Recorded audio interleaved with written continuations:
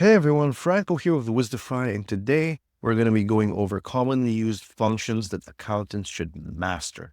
So whether you're an accountant or a data enthusiast, mastering these essential functions will unlock the secrets of data analysis in Excel.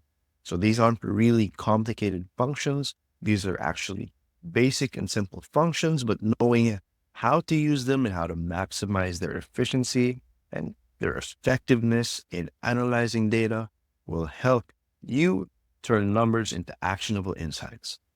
Let's talk about number one. So we're only going to talk about 5 common data analysis functions. The first you should know is sorting and filtering. Now, to demonstrate this, I have a data set for you called sales for the day. And I already have it in table format. So we have the order ID, the sales rep, the region, the product, the quantity, unit price, and total sales for each transaction.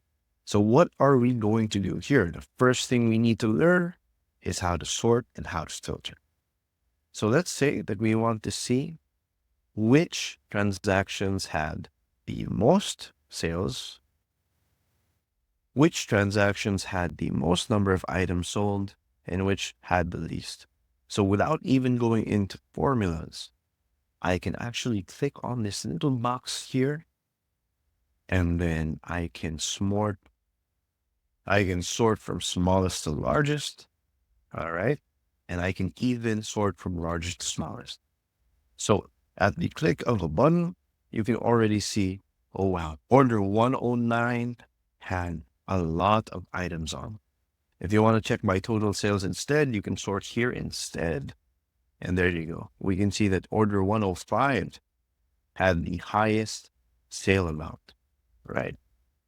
And maybe you only want to look for sales or transactions with a certain criteria.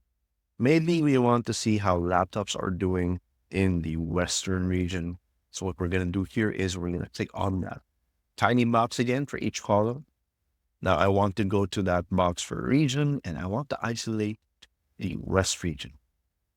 So I unchecked everything else and leave only the check with West. And I want to see how laptops are doing. So I click on just laptops. And what's going to happen here is now I have the data set isolated. If I need to make this into a separate report, all I need to do is copy and paste this. And there you have it, right? So sorting and filtering can actually be an easy way to generate reports if you need it. It's also a great way to analyze data. That's actually it for number one. The second function you need to know is conditional formatting. So let's go back to our data set. And let's say that when we're going over our data, any amount below 200 is an item that we should raise to management because it's too small. So we want to make sure that we analyze all transactions below 200. One thing we can do here is we can go into our home tab and get conditional formatting, and you already have some basic rules here. We actually just want to highlight everything less than 200 with a red fill. And we can even add more rules. Let's say that all sales that are above 700 are special sales, right? We have to know which customer this sale belongs to because they just made our day. And if we keep them coming back, maybe they can make our year, right? So we can do that. And it doesn't seem like much for a small data set like this, but honestly, if you're working with a large amount of data, this helps a lot, especially when you combine this with the sorting or the filtering function. Now we can filter by color. So all of the amounts above 750 are automatically isolated. We can do that for the color pink as well to highlight all of the sales below 200. And again, if we need a separate report for this, let's call this low sales. You can just paste that over there and we're done. Okay. So that's number two. Now, the third one is using tables. Now, using tables is really helpful because it adds more structure to your data. So in our first data set, the file was already in the table, or the data was already in the table.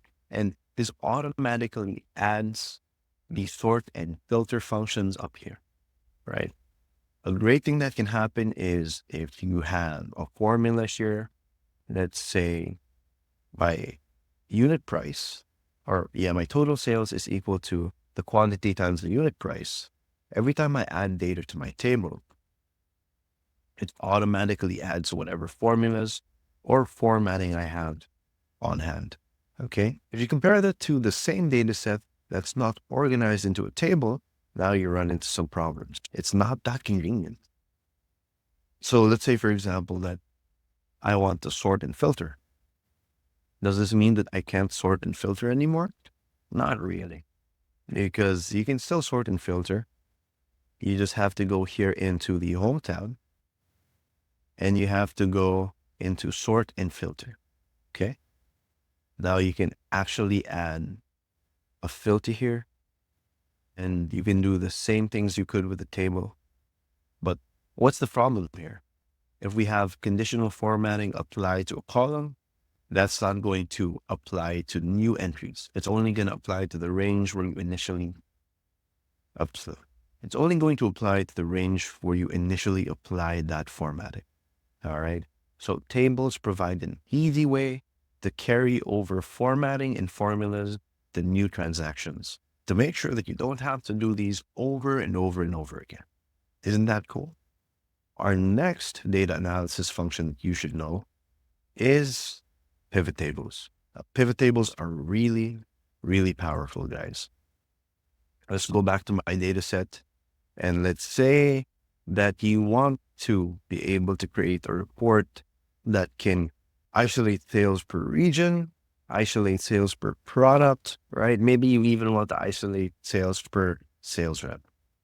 Now, you might find that creating a report like this takes a substantial amount of time if you do it using formulas, sorting and filtering and all of that. But one thing that you can do is actually just highlight the data that you have here and go into Insert and then press Pivot Table. And now we have a pivot table. And what can you do using a pivot table? You can automatically summarize data in a matter of a few clicks. So this saves so much time. Let's say, for example, that we want to check the total sales for each region. So we just click region, and maybe we want that in our rows. For our values, we want to see our total sales, right? So there you have it. We have 300 for the total sales for East. North made 700, South made 240, and West made the most with 1,620. If you want to see the sales per product, you can just replace region there, and it does the same analysis for us. You can even do a matrix, or you can even make a matrix with pivot tables. Maybe I want to see the products as the rows, but I want additional columns to further segregate my sales by region. So I can put this as my column, and now I have a breakdown of laptop sales for East region, North region, South region, and West region. Right? Isn't that amazing? Now you can form really quick reports just by clicking a few configurations in your pivot table fields. So that is it for pivot tables. It's a game changer for a lot of people, but we're not done yet. For our final data analysis function, of course, we want to highlight that Excel has the ability to make charts and graphs. So why are charts and graphs important? If you are an analyst or you have to create reports, it's not enough that we provide management with tables. Being bombarded with text and numbers isn't really helpful in seeing the bigger picture, especially when you have a limited amount of time. So as analysts or accountants or finance managers, when we make reports like this, it's really critical that we also have visualizations to help our stakeholders understand what we're trying to describe. And if you want to, make these charts, you can actually do them right here in Excel. So let's say, for example, I have sales broken down by product, and I want management to understand how large our laptop product line contributes to our total sales. So what I'm going to do here, if I just show this, right, they might get the message, they might not get the message. But if I go into insert and I go into charts, this whole section right here, now I can create a chart that can help me visualize what I'm trying to say. And for this, I think it would be better to go with the pie chart. Let's insert that. And there you have it, right? As simple as that, you already have a chart that can help management understand the message that you're trying to convey. That's actually it for now. That wraps up our deep dive into the commonly used Excel functions for data analysis. And remember, mastering these tools isn't just about crunching numbers.